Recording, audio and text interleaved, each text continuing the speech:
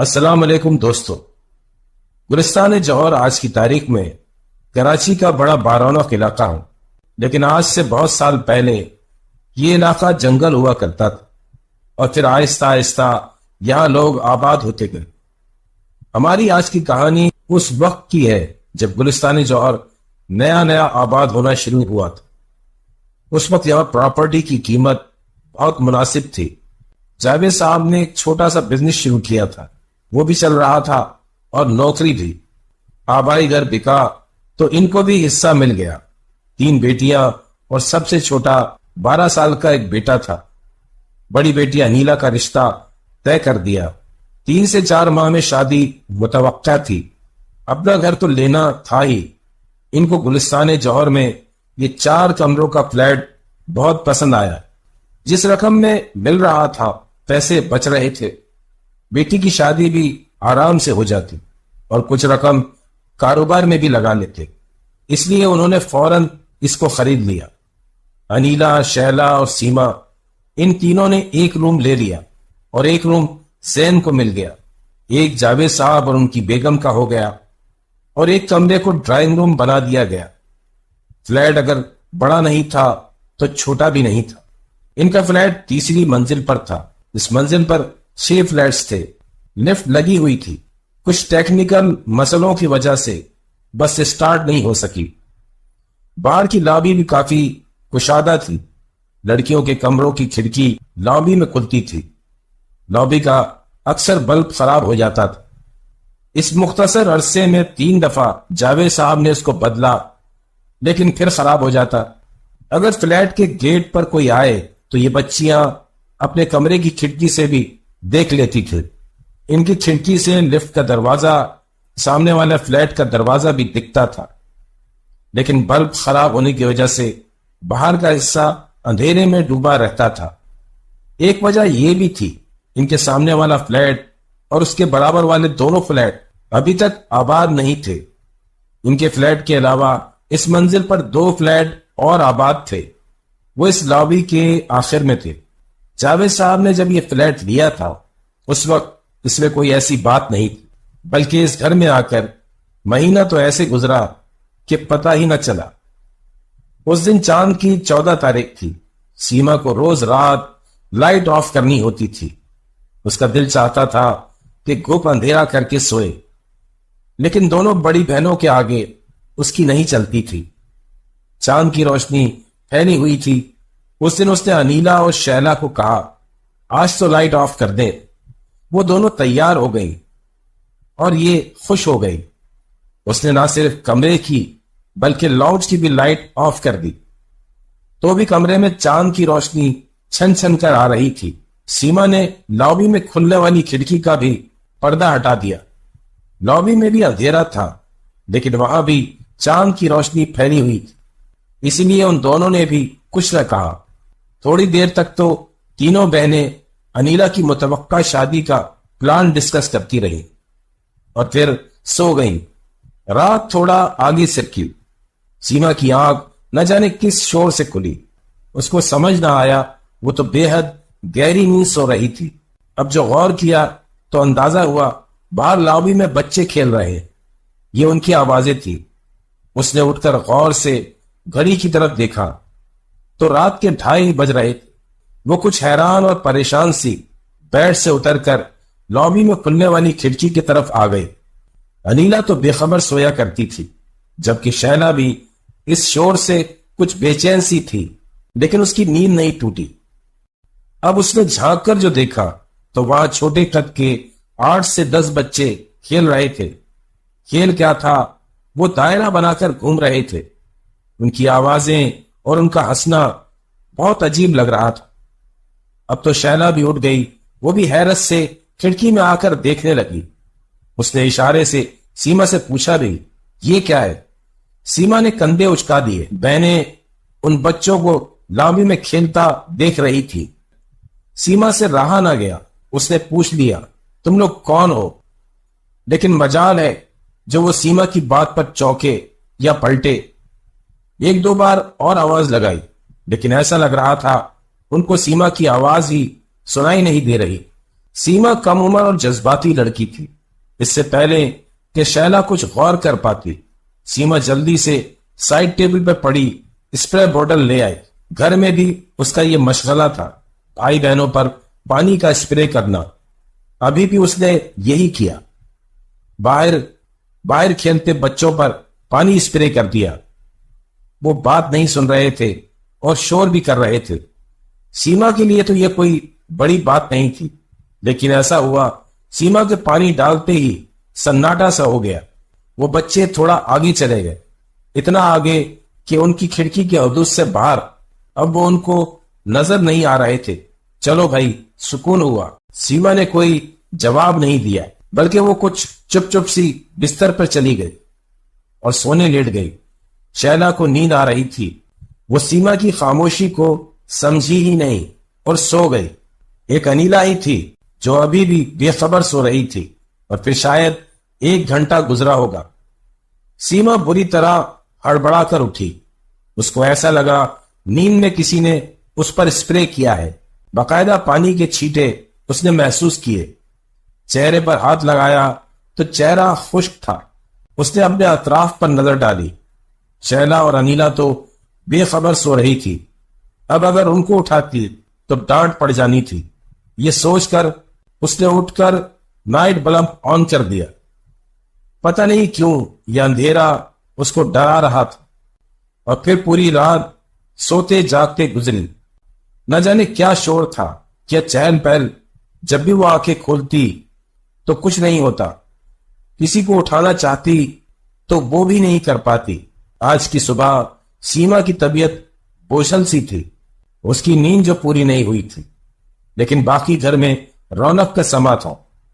پھر سیما بھی اس گیما گیمی کا حصہ بن گئی۔ رات والی بات دماغ سے ہی نکل گئی۔ انیلا کے سسرال والے تاریخ لینے اور بات پکی کرنے آ رہے تھے۔ دور قریب کے رشتہ دار اور مہمان ملا کر 50 لوگ تھے۔ اب اتنے سارے لوگوں کا انتظام تو اس گھر میں نہیں ہو سکتا تھا۔ جاوید صاحب نے سوسائٹی والوں سے بات کی اور انہوں نے خوشی خوشی سامنے والا فلیٹ ایک دن کے لیے دے دیا۔ پہلے کے لوگ بہن بیٹیوں کی شادیوں میں بڑھ چڑھ کر حصہ لیتے تھے۔ لابی میں ٹینٹ لگا کر کھانے کا انتظام کرنا تھا۔ سوسائٹی والوں نے تو جاوید صاحب کے پاس 2 لڑکوں کو بھی بھیج دیا کہ ان سے صفائی وغیرہ کروا لیں۔ پہ یہ پایا کہ سامنے والے فلیٹ میں خواتین کا ارینجمنٹ کیا جائے، ان کے ساتھ بچے بھی ہوتے ہیں۔ اس فلیٹ میں چاندنیاں اور کرسیاں لگائی جائیں گی، یہ کھلا کھلا رہے گا۔ سب تیاریوں میں لگے رہے۔ بند فلیٹ تھا، پھر بھی اچھی حالت میں تھا، لیکن لابی کی بہت صفائی کرنی تھی۔ سینے دھوئے گئے۔ آج تو لابی میں بھی لائٹنگ کر دی گئی۔ مہمان مٹھائی کے ٹوکرے لیے وقت پر آ گئے۔ رسم ہوئی، تاریخ طے ہوئی، منہ میٹھا کرایا گیا۔ ہار پھول سے بیچاری انیلا لد گئے۔ بہنیں اس کو اندر کمرے میں لے آئی۔ یہاں عارضی طور پر سنگل فولڈنگ پلنگ ڈال دیا گیا۔ تمام مٹھائیاں اور تحائف بھی یہاں لا کر رکھ دیے۔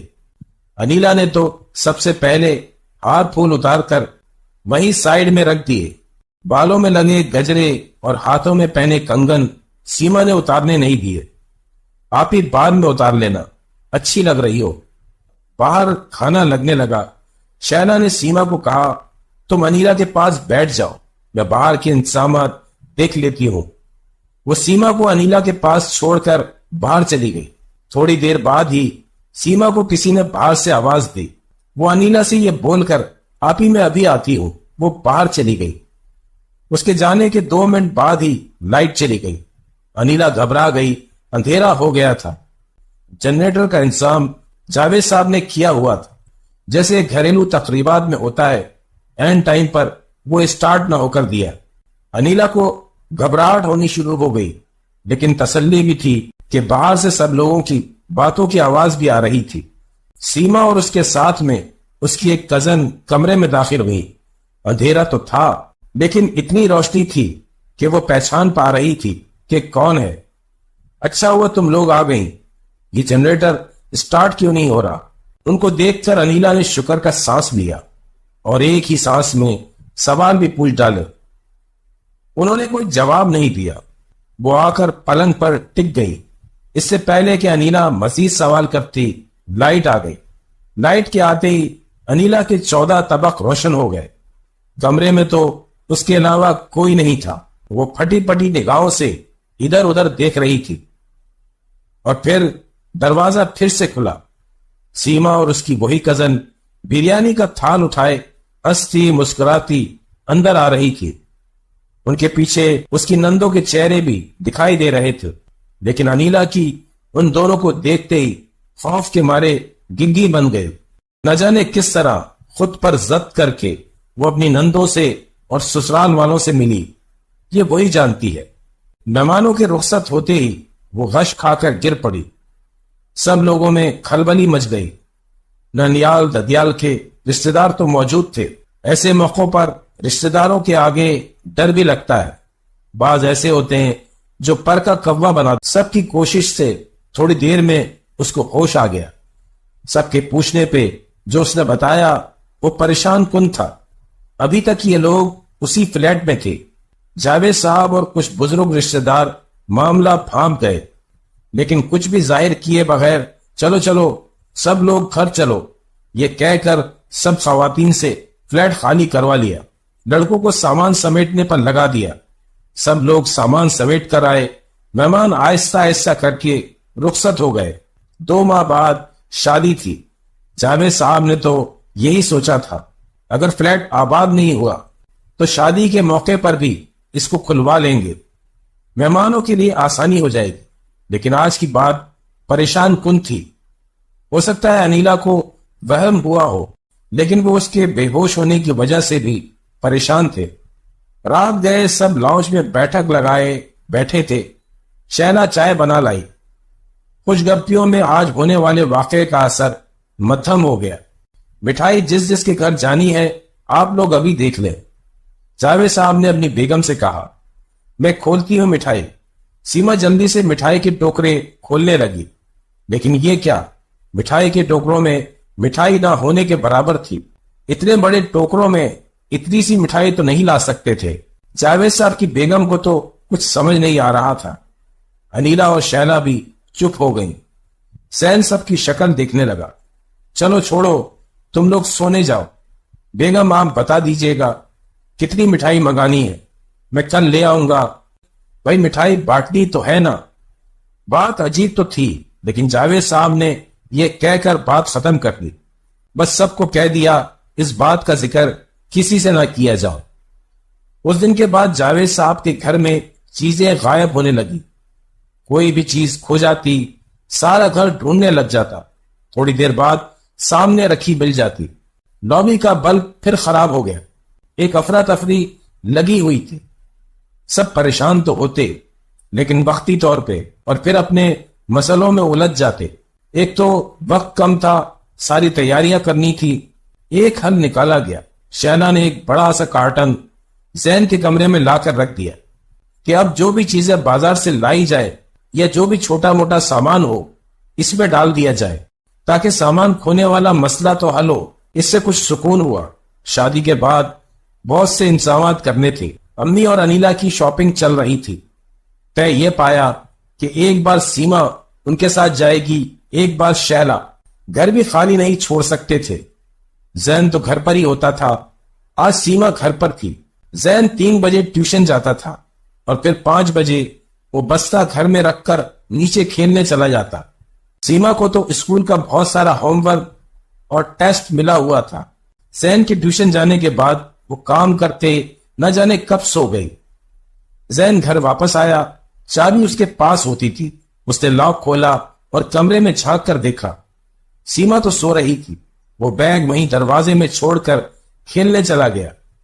ادھر سیما کے ساتھ وہی ہوا۔ اس رات کی طرح کسی نے پانی منہ پر اسپرے کر دیا۔ وہ ہڑبڑا کر اٹھی، چہرے کو ہاتھ لگایا۔ آج تو پانی بھی چہرے پر تھا۔ یہ کوئی خواب یا وہم نہیں تھا۔ وہ حیران سی ہوئی، گھڑی دیکھی تو 5:30 بج رہے تھے۔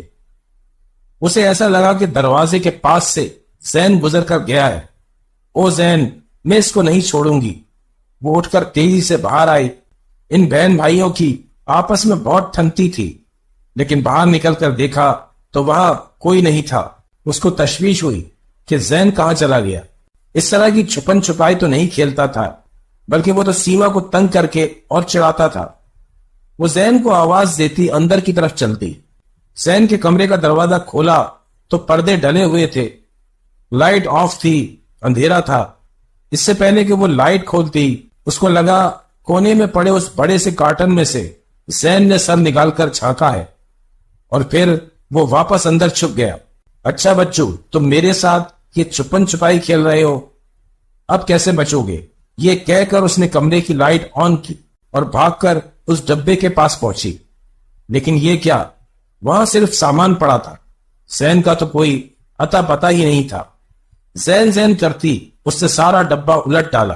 وہ روحان سی ہو گئی، یہ کیا ہوا؟ اس کو سمجھ نہیں آیا۔ وہ زین کو پکارتی باہر آئی۔ اپنے گھر کے مین دروازے کے پاس ہی اس کو زین کا بیگ پڑا دکھ گیا، جو اس نے اس وقت عجلت میں نکلتے دیکھا ہی نہیں تھا۔ اس کو کچھ سمجھ آ گیا۔ زین تو روز کی طرح وقت پر آ کر کھیلنے چلا گیا تھا۔ اب تو وہ ڈر گئی، امی امی کرتی دروازہ کھول کر باہر نکل گئی۔ لابی میں سناٹا تھا۔ وہ بھاگ کر لابی کو عبور کرتی آخری سرے پر پہنچی۔ وہاں کے فلیٹ آباد تھے، وہاں کچھ رونق سی تھی، لیکن سیما کو بہت زیادہ ڈر لگ رہا تھا۔ وہ 2 اور 4 سیڑھیاں پھیلانتے نیچے کی طرف بھاگی۔ وہاں نیچے ہی زین کھیل رہا تھا۔ اس کو دیکھ کر سیما بس وہیں زینے پر بیٹھ گئی۔ اس کی ہمت ہی نہیں تھی اوپر جانے کی، بلکہ وہ تو زین کو بھی ساتھ اوپر نہیں لے جا سکتی تھی۔ وہیں 1 گھنٹہ بیٹھی رہی۔ جاوید صاحب دفتر سے لوٹے تو ان کو سارا ماجرا رو رو کر سنایا۔ وہ تشویش سے سنتے سیما کو بہلا پھسلا کر اوپر لے آئے۔ پھر انہوں نے زین کو سمجھایا، بہن کو آئندہ اکیلے چھوڑ کر نہیں جانا۔ امی لوگ جب واپس آئے تو ان کو بھی سارے قصے کا پتہ چلا۔ جاوید صاحب نے یہی حل سوچا کہ کسی مولوی وغیرہ کو دکھایا جائے، ابھی شادی بھی سر پر ہے۔ انہوں نے اپنے دوست سے ذکر کیا۔ دوست رات کو ہی ان کو کسی بابا جی سے ملوانے لے گیا۔ ان بابا جی نے یہی کہا، بیٹا نماز اور قرآن کی پابندی کرو۔ دم کرا پانی سب کے پینے کے لیے اور کچھ نقش دیے جو گھر کے دروازوں پر لگانے تھے۔ ان کا یہ کہنا تھا اس سے مسئلہ حل ہو جائے گا، اگر نہیں ہوا تو پھر وہ گھر آ کر مسئلہ دیکھیں گے۔ جاوید صاحب نے سب سامان بیگم کو لا کر دیا، اور پھر ان کی بیگم نے اس پر عمل بھی کیا۔ سب کو باقاعدگی سے پانی پلایا اور نقش گھر کے دروازے پر لگا دیے۔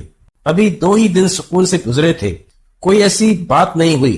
تیسری رات تھی، سارا گھر بے خبر سو رہا تھا۔ آج پھر چاند کی 14 تاریخ تھی، لیکن اب سیما لائٹ بند کرنے کی ضد نہیں کرتی تھی۔